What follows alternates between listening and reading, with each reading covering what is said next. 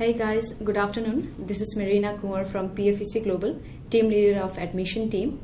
So today we are here with one of our expert migration agent, and we will be talking about few of the case scenarios of our student from day-to-day basis about nursing course, and we will actually come up with the solution for education as well as migration. Rupesh, up to you. Yeah, thank you. Maybe warm welcome to all of our viewers. So as 𝗟𝗃𝘀𝗀𝗶 already told that we will be discussing about especially about the pathway for the registered nurse for the migration. Hopefully this will provide enough information to guide to a certain extent, and then possibly we can find some solutions for you. Yeah, so these are the scenarios that we are actually getting on the daily basis. So we can start with let's start with like few of it. So the first scenario that we are having at the moment is client is an overseas registered nurse from India or maybe from any other overseas country. So the client's age is 30 and she wants to know about the migration possibility for her. She also does not have any English test like IELTS or PR, and she is currently on her TR. So her husband is the main applicant. So what would be the scenario? What would be the migration possibility for this? Well, so if she is overseas registered nurse from India, then of course she will have to get the registration from Australia to begin with, and there is a special process for those international qualified nurses to get the registration here. So they do a self-check, and then for most of the cases, the case will be that they will have to pass a few tests before they can be able to register, which will be the Pearson BU Conducts 1 exam. Then after there will be another exam from the like simulation test for the RNs, and then after that they will be able to register in Australia. So as long as they complete the registration requirement, then they will get their registration, and as a result they will get their assessment as well. So which is required to begin the migration process. So I think in order to get the registration in Australia, there are a lot of programs that are actually coming, like OBE, EPIC, maybe the bridging program that has like name like IDEN. So I think these are the programs that the student can do at the moment. Yes, absolutely. So that process they follow, and then as per the requirement they pass the exams and everything, then they will be able to register, which is a requirement to work as a registered nurse in Australia as well, as everybody knows. From the migration point of view, they will have to do assessment as well. So migration assessment, which they can only get after getting registered in Australia. So once they have assessment, then it is the what points they would have, or if any state nomination criteria they are able to meet in any of the state, as for that possibility will arise. Okay. So there are clients like, so basically for the registration at the end of the day they are going to get the IELTS of 7 each. So for the migration purpose, like is there anything specific that we can consider? Like let's suppose that if any student is coming in, there will be two paths. One will be for registration, one will be for the migration. So should we suggest them to go for like AIM 8 each, because as per her age it is around 30. So for her, like can we suggest her to go for like more?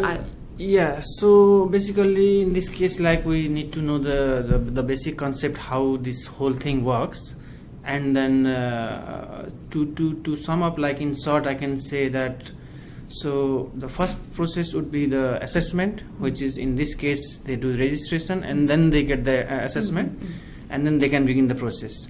So when they have assessment, they can lodge the expression of interest, EOI, which we call, and then there will be various visas, their skill visa that they can nominate there. To name, like it would be subclass 189, which is the skilled independent visa, and for that is a purely point competitive visa. So based on the points the applicants will have, they would be invited. Although there is a slight change in the process now because of the COVID and things are getting irregular. But for that purpose, they would have to accumulate as much point as they can. So of course, in that perspective, 8 each would help them to get 20 points, and hopefully, one step ahead towards meeting the 189 subclass requirement. Now the other two are 190 and 491, which are the state sponsored. So for that we need to get the state nomination, and to get the state nomination we need to satisfy the requirements that has been specified by the state. So given that a person has assessment, and then they have applied for the EOI, and then they meet the state requirement, then they can make a separate state nomination application. If the requirements are met, then it will most probably it will be approved. Then they will get the invitation to lodge the visa. So in a gist, like basically they actually need to get the registration to go towards the migration team. Yes. Okay, so there is a possibility for this client as well. Yes, of course, okay. of course. Sure. So maybe like let's move to another one. So there are like a lot of courses that are actually coming in. So if we are talking about like particular university, they are actually giving fast track courses for Bachelors of Nursing as well. So what they are doing is they are actually shortening the course, and then the duration will be 2 years. So in this case, will the client be able to apply for TR, and how it will affect their PR points?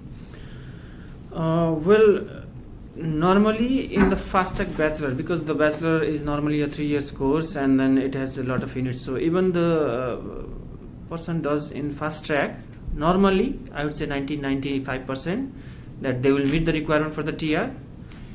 Because basically for TR the requirement would be 2 years study requirement, and for 2 years study requirement the registered course duration has to be more than 92 weeks. So for bachelor easily 150 to 156 weeks, and there is another part which is the study duration.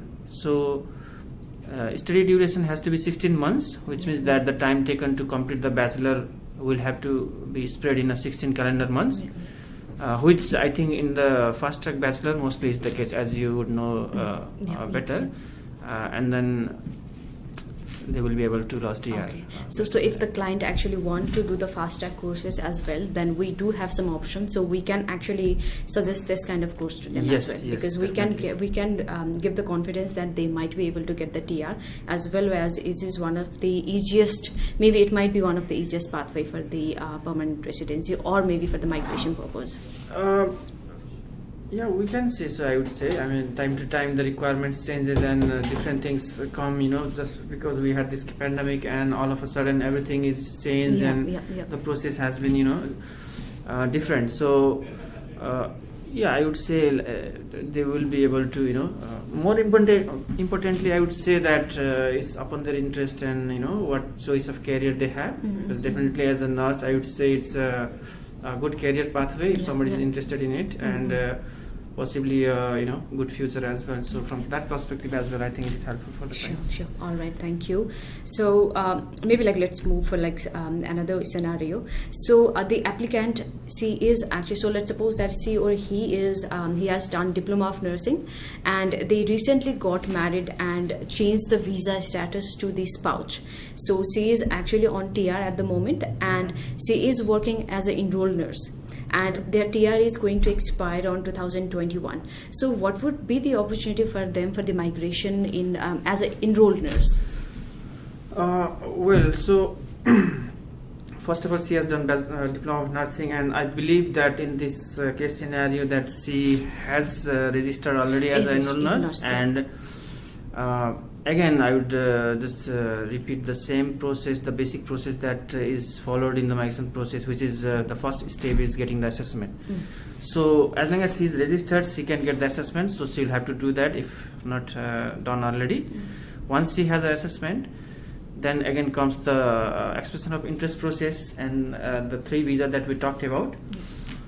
Now a little bit different in this case is that enrolled nurse is in the short-term list, so which would mean that they would not be able to nominate for the subclass 189 skilled independent.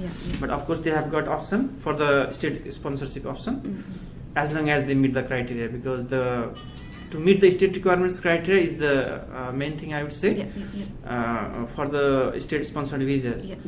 Now, if we are talking about Victoria, then there has been some change in the process, and the requirements are different. And generally speaking, from the information we can find in the website, we can see that enrolled nurse would not be eligible. for the Victorian process. But there might be other states where the requirements might be met, and from that perspective, yes, they would have some options to go ahead. So in this scenario, like, do you suggest that client to go for Bachelor's of Nursing rather than maybe like just investing her time on TR? So is it better to go for the Bachelor's of Nursing and get the registration for RN? I would say so, yes, because that will have their status increased to EN to RN, which is already a good thing. It's career advancement, and from the perspective of migration as well, I would say RN would be better than EN. Definitely, something is always better. So yes, I would say so. So depending upon the other state rules, maybe we can actually suggest our client what to go for. Yes. But always the better scenario is to go for the registration nurse. Sure. So let's go towards the last scenario that we have. So we have a student who is currently studying her second semester of Bachelor's of Accounting, and she is now looking for nursing options. She haven't done any English test, but given the tight deadline, she wants to get a conditional offer letter for now. So this is something towards the education. Yes, in this scenario, there are few of the university who is allowing student to get the conditional offer letter upon English test, but we need to do it as soon as possible, because for 3 years of Bachelor's of Nursing, there are limited seats from all the universities. If we need to proceed, we need to do it as soon as possible, because if we are not able to do it, then all the university, let's suppose most of the universities, they have only February intake, so your intake would be February 2022, so you will be losing 1 more year. So anyone who does not have any English test at the moment and is going for 3 years of Bachelor's of Nursing, we would request them to contact us as soon as possible, so that like we can get the conditional offer letter and expedite the process. So I think these were the questions that we are actually facing in day-to-day basis. So I think for nursing, this is quite clear that for diploma and for Bachelor's of Nursing, what are the opportunity that they have, and they should clarify our viewers as well what they need to do. And it's always better for them to come into our office and have a chat with the education counselor as well as the expert migration agent. So we will request everyone to visit our office from Monday to Friday, 9:30 to 5:30. Whenever you're free, you can just give us a call if you would like. If you would like to have a video call as well, we are available. So see you soon. Thank you. Sure, thank you.